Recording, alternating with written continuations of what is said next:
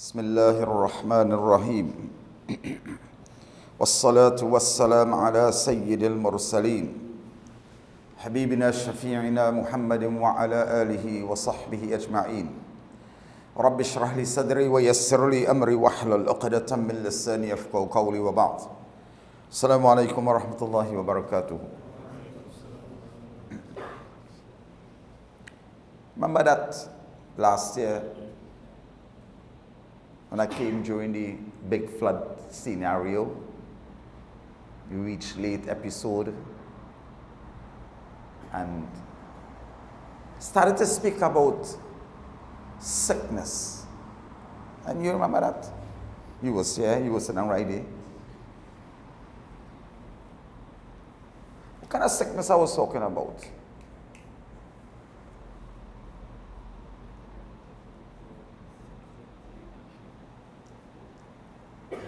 He pointed, he. I said, what kind of sickness I was talking about, and he do so. في قلوبهم مرض. Allah says in Quran, so we're not talking about physical sickness. We are talking about a sickness in people's hearts. So what are some of the sicknesses of the heart?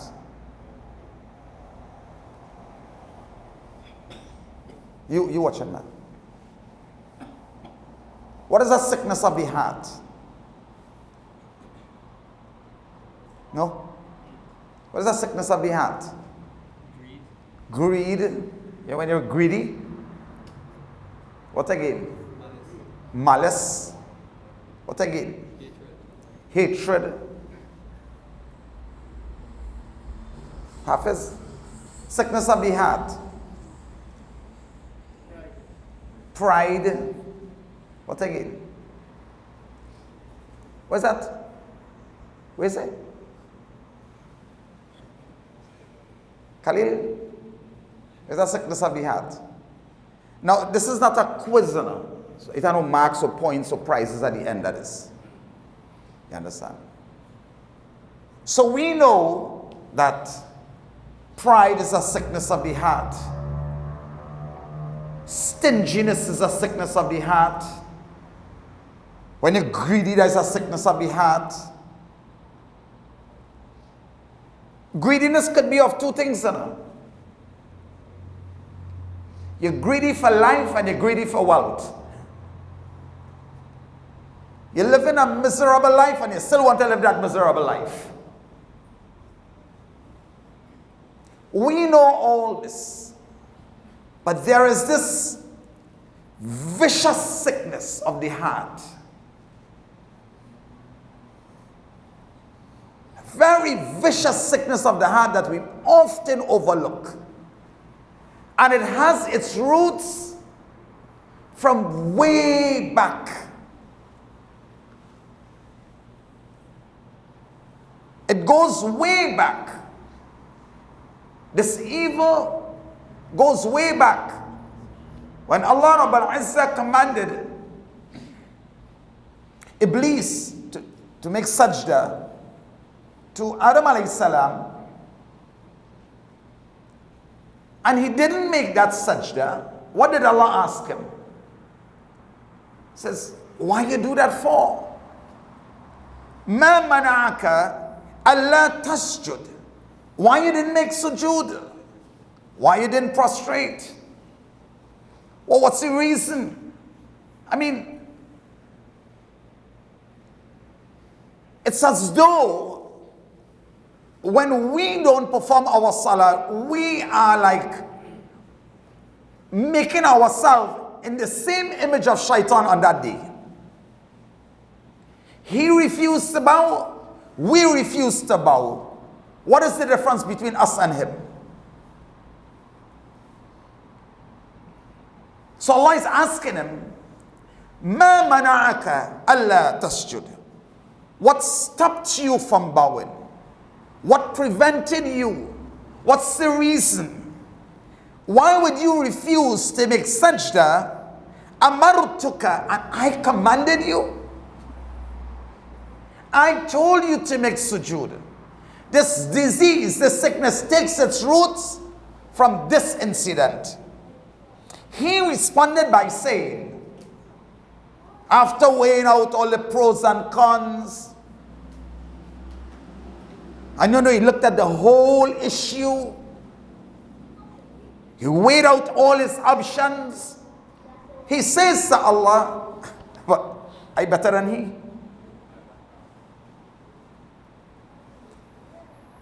There is no way he could be better than me. Now, if you say that you are better than someone, there must be an instrument through which and by which you qualify yourself to be better than somebody. Where you just walk around Monroe Road telling people, well, I better than you. I better than you. Excuse me, I better than you. There must be something that qualifies you to be better. So what did he say? What qualified him? What did he use? What rationale that he used to come to the conclusion that he was better? He says that you created me from fire, you created from dirt. I must be better than him. He compared himself to Adam alayhi salam and decided that is what makes him better. This vicious sickness that there is in the hearts of many young people today. We live our lives constantly comparing ourselves to others. Constantly comparing ourselves to others. Shaitan compared himself to Adam alayhi salam and decided that he made out of dirt. I am made out of fire. I must be better than him.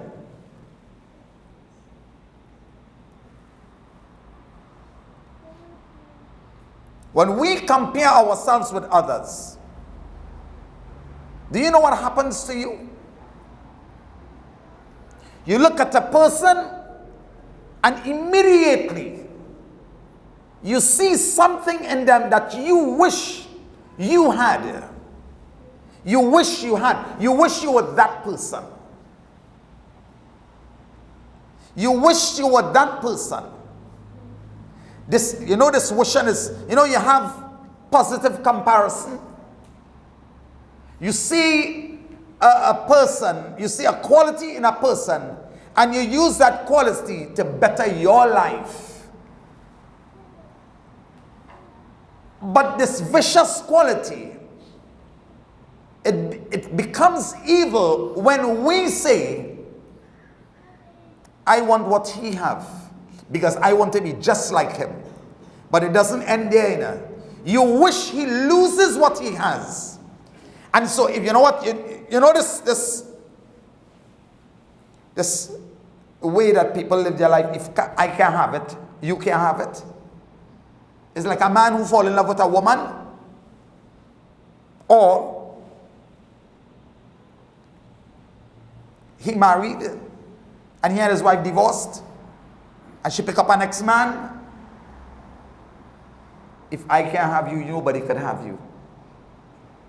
Remember a few months ago, the man gone in Shika and killed himself. I'm going to show you. I'm going to hurt your feelings by killing myself in your car. It's stupidness. You think she hasn't understood you? She have an ex-man. She hasn't to take you on. Thank God he killed himself. This man was a pest. Man stalking me, texting me, always sending some kind of message. I thought he would have never killed himself. But alhamdulillah, he did it. Now, I'm not saying go ahead and do that. I'm not saying that. But this is what it causes. The idea of, if I can't have it, watch Usaid hiding behind the post. Come in front, man. They're hiding for. It creates within you that this desire of wanting to be that person.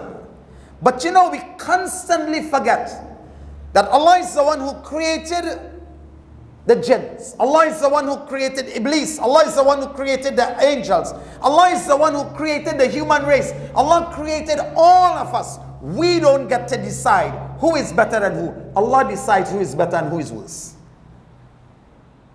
He gets to decide that.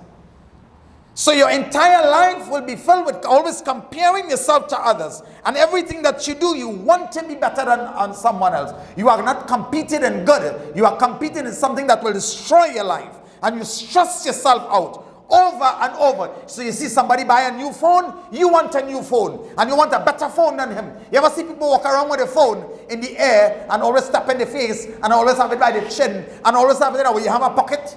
Put your phone in your pocket. But you know why they just do that?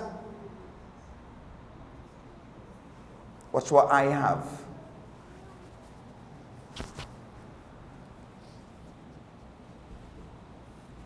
It's a show of scene. Nobody is texting you. You're not very important. You probably don't have much friends. You are very unpopular. But you're always on your phone. Real busy. But the idea is to show off that watch. See what I have? S25. When Note 3 now come out, somebody buy a Note 10. Note 3 now come out and he come and he say, Qaari, I buy a Note 10, and I say, what? I say, but Note 3 now come out, he buy a Note 10. Nothing works on it. So what do you think that is? The way you dress, you try to dress to outdress someone. You go on a vacation, always putting up pictures of what you're eating, what you're drinking, you're walking, you strut, anything your people you're talking to, you're sipping coffee, you're drinking tea, every single thing. And then it becomes a flams. You want to see now how much likes you will get. It's a show. And if you don't get the amount of likes better than this person who get about 50 likes, I don't know how much likes. How much likes is likable? About 25? 13? You're looking like a man in this digital age. How much likes is likable? I'm on Instagram and I'm on social media. Yes. You real pious boy. How much likes it takes to qualify you as top ranking? 1,000, 2,000, you just get money when you get plenty likes? Come now, man. All you know, all you holding back thing. I don't know about them thing because it's not no social media kind of fella. Ask people who just call me, they can tell you. So you take out pictures of yourself, put up, and if you don't get any likes, you know what you do? You go curl up in a corner and you cry. It puts you in a bad mood. It's as though you start hyperventilating, you can't breathe. I didn't get much like on this photo. I didn't get much like on this TikTok video. I didn't get much like on this. And I didn't get much like on that. So it's a show. It's a flams thing.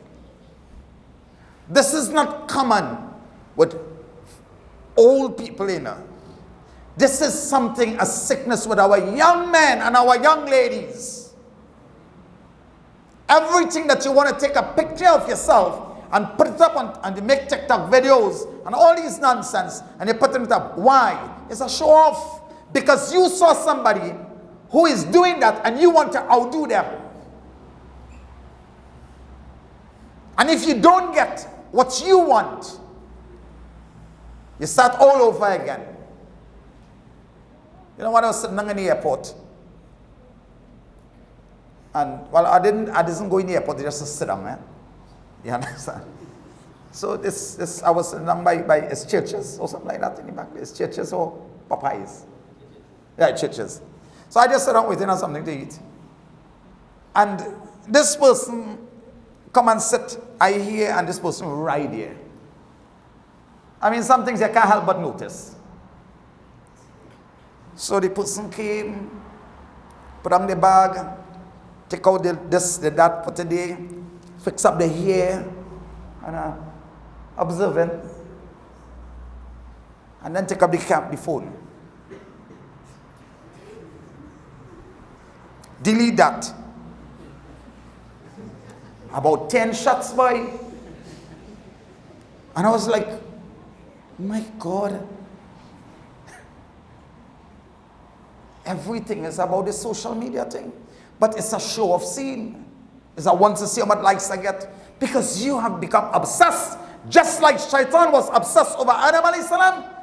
It has driven you to that obsessive state of you wanting to be better than this one, and you want to be better than that one, and you're constantly comparing yourself. Pushes a person in the state of mind as you constantly compare yourself. But you know what? That is exactly what Shaitan wants. We just feel Shaitan's stupid. Now he can't catch me. How long has he been around? He has dealt with more intelligent people than me and you. And he have thrown down better than you and I. Don't think that he's stupid. He's very patient.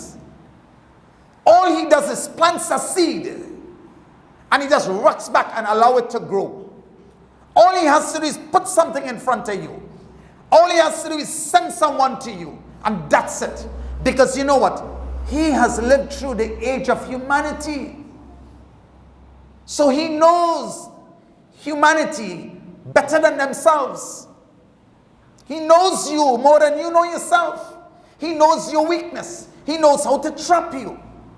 He will even trap you in salah. Imagine that. He will use the greatest act of ibadah to throw you off. You stand up next to somebody who probably not smelling nice. This real, eh? I mean, come now, man, brothers, sisters. That perfume, when you stand, we need to think about salah differently.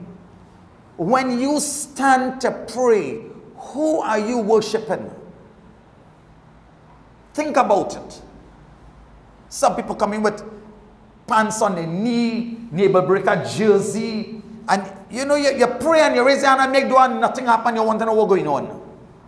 How you stand to pray? Who you worshiping? Dress nicely now. If you're not going to visit the Prime Minister, where you going to dress up? With a 3/4 pants and a navel breaker jersey? No. You buy a new suit, a nice shoes, go and look for expensive perfume for a 10 minutes meeting. You want to look your best because you want to impress the man. When you're going to check out your girl to marry, how you just dress up? He doesn't brush your teeth, he doesn't comb your hair, beard growing out of your nose, looking like a vagrant, and yes, you're going to impress your aunt? No, you want to look your best because you want to impress her. But when you stand up to worship Allah, how are you dressed? How are you smelling? I'm very serious about this. People can say, "Oh, brother, don't talk that kind of talk." No, we're going to talk that kind of talk. It's disgusting. This is very real. Clean, the Messenger of Allah used to clean his teeth at the time of every wudu. When he would perform wudu for salah, he will use the miswak. Clean your teeth, you get up for fajr, and you go in fajr just so. It's like you just shake off, make wudu and you're gone. No, brush your teeth, put on some utur, some nice perfume. Everybody has a little thing on the shelf. Dress nice, dress your best. You're going and stand before who? Who are you going to stand before? Sisters, don't want no tight jeans with a navel breaker and go and pray with a hijab on. Who are you fooling? This is not a church. You're going to turn on the pastor. Dress properly. Modest dress could be very nice dress. Because you are standing before the Grand Master. You are worshiping your Lord. Shaitan comes in your mind now and he says, you smell that? Fella like here bead. And you now start, these fellas are more about purification in Islam. So your whole salah now, you lost it over thinking about the guy next to you. He catch you where he wants you. Isn't that so? You lose your focus in salah and start thinking about the person next to you. I mean, sometimes you can't help it because the scent is overwhelming. You follow? But this is how easily he catches you in your ibadah. You lead salah, your qiraat is really nice. A few people come afterwards and pat you in your back. Well done, mashallah. Ooh, you're flying, you're on cloud 9. Next time you go back to lead, you want to outdo yourself the first time. He catches you in ibadah. He knows how to trap you. Don't think you're wiser than him. You see someone with something. The heart, the action is saying something, but the heart is saying something else. You wish. So we compare ourselves with people. A negative comparison. And you constantly do it. And it consumes your heart to such an extent that it drives you sometimes to commit heinous acts against your own self. You know, we look at people's education today. We look at people, what school they went to. We look at people's jobs. And we immediately dismisses them because he didn't go to prestigious schools like me. He don't have a degree like me. He not like this. He not like that. She's not like this. And she's not like that. When we begin to do that, we create a sense of superiority in our hearts. We think that we are superior to this person, or we are better than that person. And when you see someone else with a lesser appearance or a lesser ability, immediately your first thought about that person is, you know what? I better than he. I better than. Don't think that you don't have that quality in you, you know. Don't think that you don't have hatred in you, you know. Don't think that you don't have jealousy and envy in you, you know. Don't think that you don't have these sicknesses in the heart, you know. You have it. But you know what? I like to hear when people say, me, no, brother. When you go in that state, you know what Allah does to you? He puts you in a position to bring that quality out of you, to teach you a lesson. You do have it. You're a human being. Being human means you will have these qualities. You just have to learn to control it. You just have to learn to control it. So we think and we feel the sense of superiority in our hearts. When you see someone else with a lesser appearance, you think that you are better than. This idea of constant comparison, you know, it starts shaping your thoughts. It begins to shape your thoughts. What your priorities in life are. You know, a lot of parents contribute to this. You know that? A lot of parents contributes to this.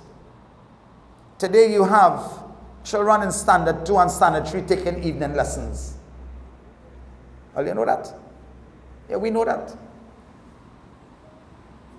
Poor child spend whole day in school, comes home and has to go evening lesson. You know why? Because you didn't do so well in the last test. And you are sending them by the same teacher that teaching the same subject in the primary school for evening lessons. So they can't teach them the same thing in school? Amazing, eh? So you are competing because you have compared your child with another child And you are always telling them, you have to beat him and test, you have to beat him and test, you have to beat him and test, you have to beat him and test. And if they don't, you come down harsh on them. You make them feel like they are nothing. So the child grows with this in their hearts that I have to be better than he. Mommy and I beat him, daddy and I beat him. It's good for him, it's good for she. Who created that? Who poisoned their hearts and minds like that? So parents sometimes contributes to that. So our priorities changes. It shapes our minds. It drives us in our behavior. Shaitan has successfully made us as obsessive as he was with Adam alayhi salam. When two brothers fought and one killed the other, you ever wondered why he will kill his own brother? Why would you kill your own brother? He didn't kill his brother because his brother was better looking than him. He didn't kill his brother because his brother had more money than him. He didn't kill his brother because his brother had a nicer house or his brother got a piece of land. He didn't kill his brother because he was the favorite son. He killed his brother over an act of ibadah. One's sacrifice, one's acts of worship was accepted, the other was not accepted. He immediately says to his brother, I'm going to kill you. Why? Because he thought to himself that, you know what? Mine was just as good as his. What makes you different from me? He became obsessive over the fact that his was accepted and mine was not accepted. What did it drive him to do? A crime that is one of the most prominent crime in every society, if not the most prominent crime in society: murder.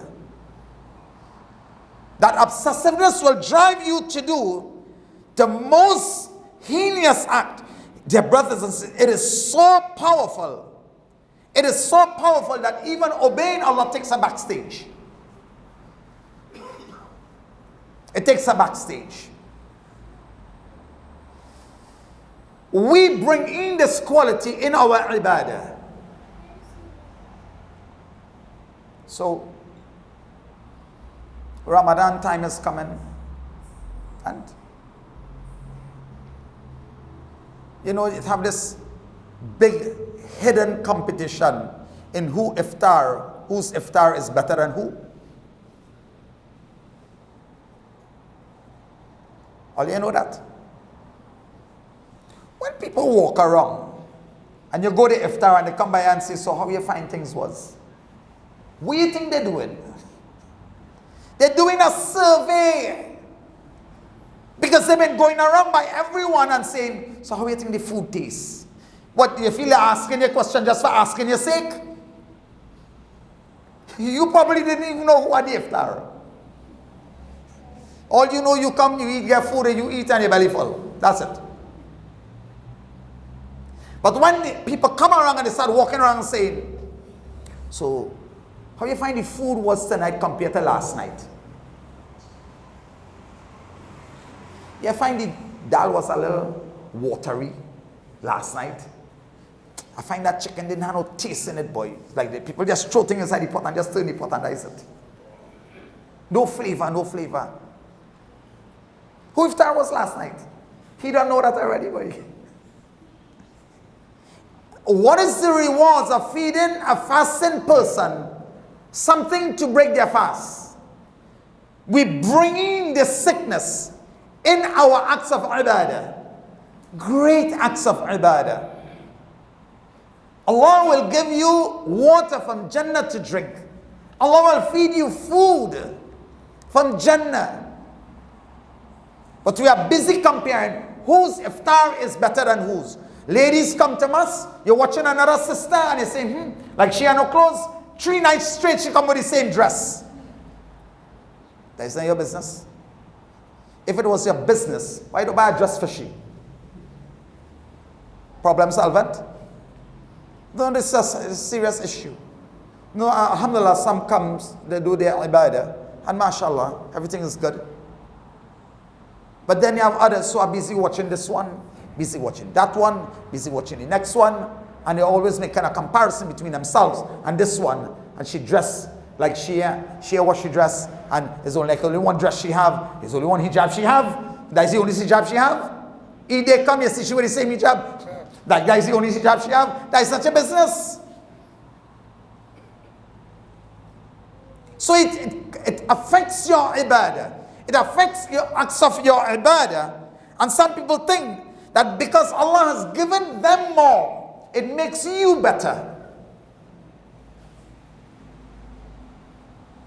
See where it goes. You begin to compare yourself. You weigh yourself between you and another person. And then you look at what you have and you have more than him. And you know what? A person who thinks that they have more than another person, you know what's the thought? Allah must really love me. So the person who has less, yes, Allah must love him less. Every bounty that Allah blesses an individual with could either become a trial for you, or it could put you in a lot of trouble. Every bounty that Allah has given to a person, Allah blesses a man with wealth. Blessed are those whom Allah has blessed with wealth, and they use their wealth to support Allah's religion. These are unique people. Very, very unique people. See, your wealth, you know why people don't like to part with their wealth? You know, you ask people for donations, and the person, check my back, not none. Accepting checks, you know. I'm checking now. You pass and hear the. You get the whole run around. Well, no, if you go one time and he set you up, no, his heart wasn't really in giving. Really. He just said, yeah, pass now to just throw you off. Just to throw you off. Really. Blessed are those people whom Allah has given them abundant wealth, and they use their wealth to support the religion of Allah. These are unique servants of Allah. But then there are those people whom Allah has blessed their wealth with, but they are not willing to part with it. How come? Why? See, your wealth is connected to your life. You sacrifice your life to acquire that. It is a part of your life. You spend hours at end working hard to acquire that. So your wealth is like a part of your life, just as your time is a part of your life. You spend that time, night and day. You spend your time for that. So when you are asked, it's hard for you to give that away because you think that you're giving a part of your life away. You are attached to it. You are attached to it. That's why when Allah talks about spending in Quran, there's 2 things He talks about. Spending of what He has given to you, and also spending of your life. Life also includes your children. Spending your children in the path of Allah. How do you do that? Send them to become a hafiz of Quran. Send them to become a scholar in Islam. As time passes, the older scholars will not be here forever. Who will take the threshold next? Who will take leadership next? So we send our children to become people who will support the religion of Allah strongly. Educate them in both areas so that people will not take advantage of them. Make sure the scale is balanced with them. The Sahabas were intelligent people in both areas. They were experts in both areas. We do the same. We empower them. Don't off-balance the scale. Allah has blessed a person with wealth, and he uses that bounty which Allah has given to him to do all sorts of haram. Chasing a set of Spanish woman here in a nightclub, they have money. In Pier 1 partying. If only feel this is a joke. This is a serious thing. A boy died going down one Ramadan, a young Muslim boy died going down somewhere down Qaari side. An accident. Where do you think he was going? Thinking I mustn't Qaari, going and pray tahajjud or going. That was after Tarawih Salat. So he wasn't even on Tarawih. He was going some party down past Pier 1 going down there. In Ramadan. You can imagine that? Allah gave you health and that is what you're doing with it. Allah gave you wealth and you're using that wealth to disobey Allah. So what did that wealth become to you? A disaster. Even a person's beauty, a person whom Allah has blessed with beauty, he can use his beauty to manipulate people with it. And beauty is Yusuf alayhi salam. I mean, subhanallah, was extremely beautiful. The Messenger of Allah was extremely beautiful. Extremely beautiful. But that is a favor from Allah. And whatever Allah gives you a favor, don't think that, oh, he loves me and he doesn't love another person who was not blessed with that favor. That favor could be a great trial for you, or it could be a means of a great blessing for you. How you use that bounty from Allah. So just as Allah gave you a bounty, He could take that bounty away from you and give to someone else. So this unhealthy level of comparison that we do, it affects not only you, but it affects your family. It affects the first people it affects are those who love you. When you can't get what you want, you know what you do? When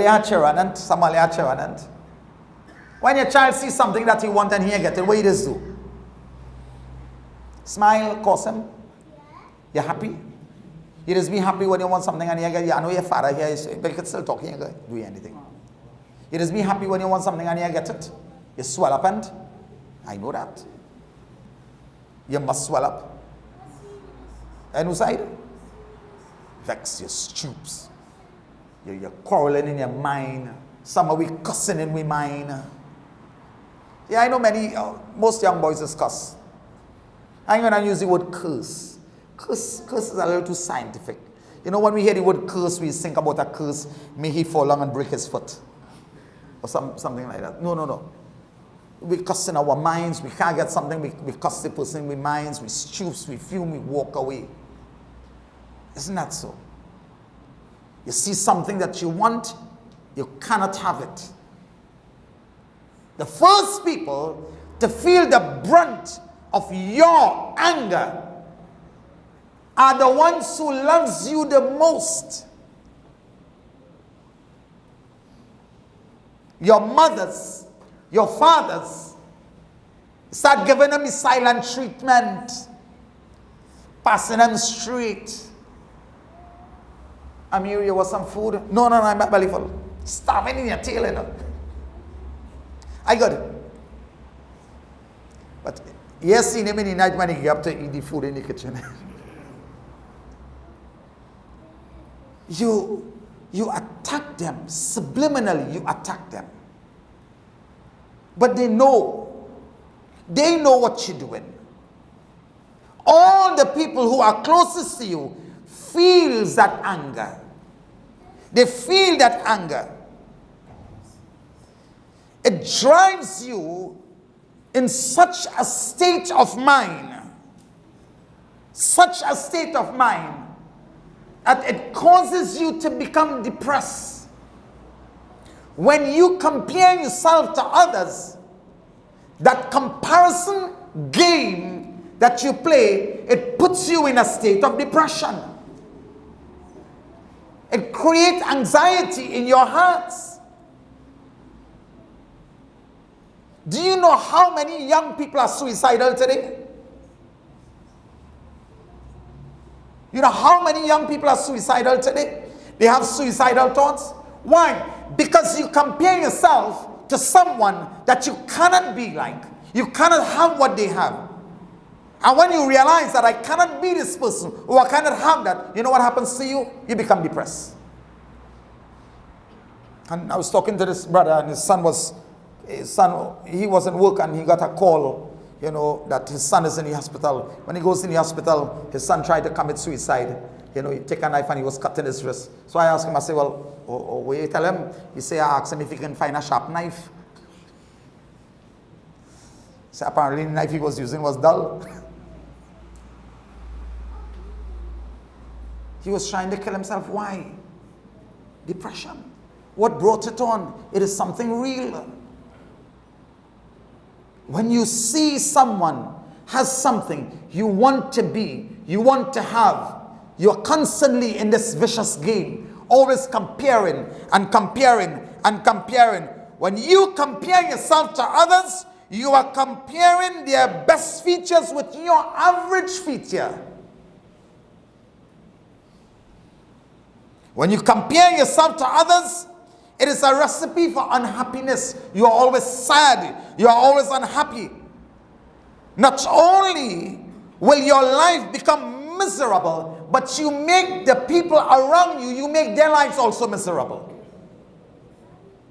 When you compare yourself to others, we become more focused on bringing them down. The one who you are comparing yourself to, you focus on bringing their life down and raising your life.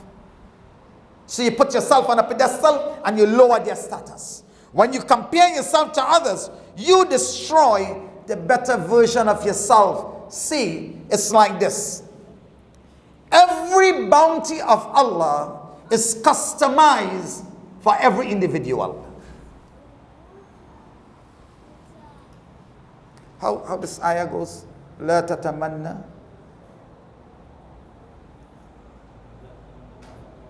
again ولا تتمنى ما فضل الله.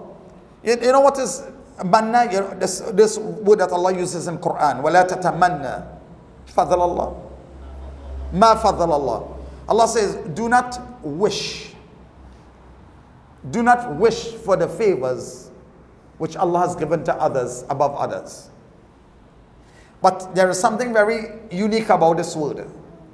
Manna means a desire. But it really means to wish for something that you cannot have. You are desiring something that is far-fetched. For example, you wish you could have wings to fly. Can you grow wings? No, think about it, really. You wish you had wings to fly. You wish that you watch all these Marvel comic movies and you see man diving off a building and flying, Batman jumping from a big building and landing on the foot. And somehow you're watching Indian movies and seeing Starboy jumping from big building and landing on the foot and all kind of shippiness. And don't try it. Really, don't try it. And then you start dreaming and thinking, yes, if I had some superpowers and I could have fly. No, it's just not going to happen. And this is the meaning of tatamanna. You are wishing for something that you will not get. Everyone's bounty, Allah has customized it for you. And what Allah has blessed him with, he will not bless you with it. Because his favor was customized for him, and your favor is customized for you. When you compare yourself to others, what you do is that you destroy that favor, that version which Allah of yourself, which Allah has blessed you with, you destroy it. When you compare yourself to others, You belittle the favors which Allah has given to you, and you look down on it.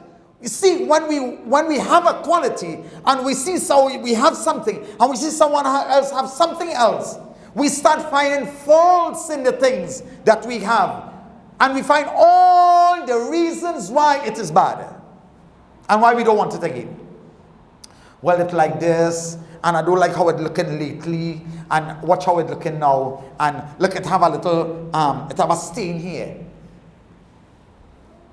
So you look for all the negative things in it. Adhan is what happens. No. Well, boy, I never knew that. I didn't know that. I'm wrong, sir. When you compare yourself to others, you forget how strong you really are. No one is weak enough. You're not really weak. It's just that when you crave for what you see others have, that is what weakens you. You destroy that strength which you have, and you now focus more on your weaknesses. When you compare yourself to others, you destroy your self-confidence. You destroy your self-image, and you begin to suffer from low self-esteem. You think yourself as lesser than. You put down yourself. That drives you in a state of depression. You know what depression does? Why do you think so many young men and young women are suicidal today? You know, they advertise all these products that make you look pretty, handsome, no blemish on your face, smooth, silky skin. And young girls in Philippines, a lot of young girls were committing suicide. Why? Because the products that they were advertising to make them look pretty, it wasn't working. So they went in this state of mind, and they just felt that, you know, life was not worth living anymore, and they killed themselves. Everyone, Allah has blessed you with a unique gift, a unique bounty.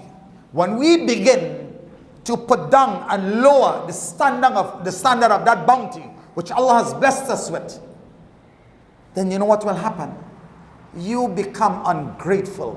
One of the most hated act by Allah, ingratitude, ungratefulness. You start displaying this ungrateful behavior for a favor which Allah has blessed you with. You know what Allah does? He takes it away from you, and He gives it to someone else who will show more gratefulness and be more gratitude to Him for it. May Allah Rabbul Izzah protect us. So just as, you know, you have these qualities like hatred and envy, jealousy, you know, all these different other qualities that we are accustomed hearing. Also, there is this vicious quality of comparing yourself, constantly comparing yourself with others. Dear brothers and sisters, this is what Shaitan did with Adam alayhi salam. Where is he today?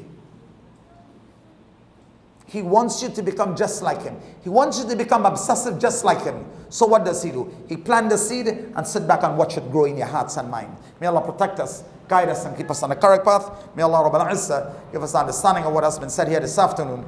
May Allah Rabbul Izzah bring benefit out of His gathering. May Allah Rabbul Izzah bless us with Jannah, and we seek refuge from Allah from the fire of Jahannam. أقول قولي هذا أستغفر الله لي ولكم ولسائر المسلمين فاستغفروه إنه هو الغفور الرحيم. السلام عليكم ورحمة الله وبركاته.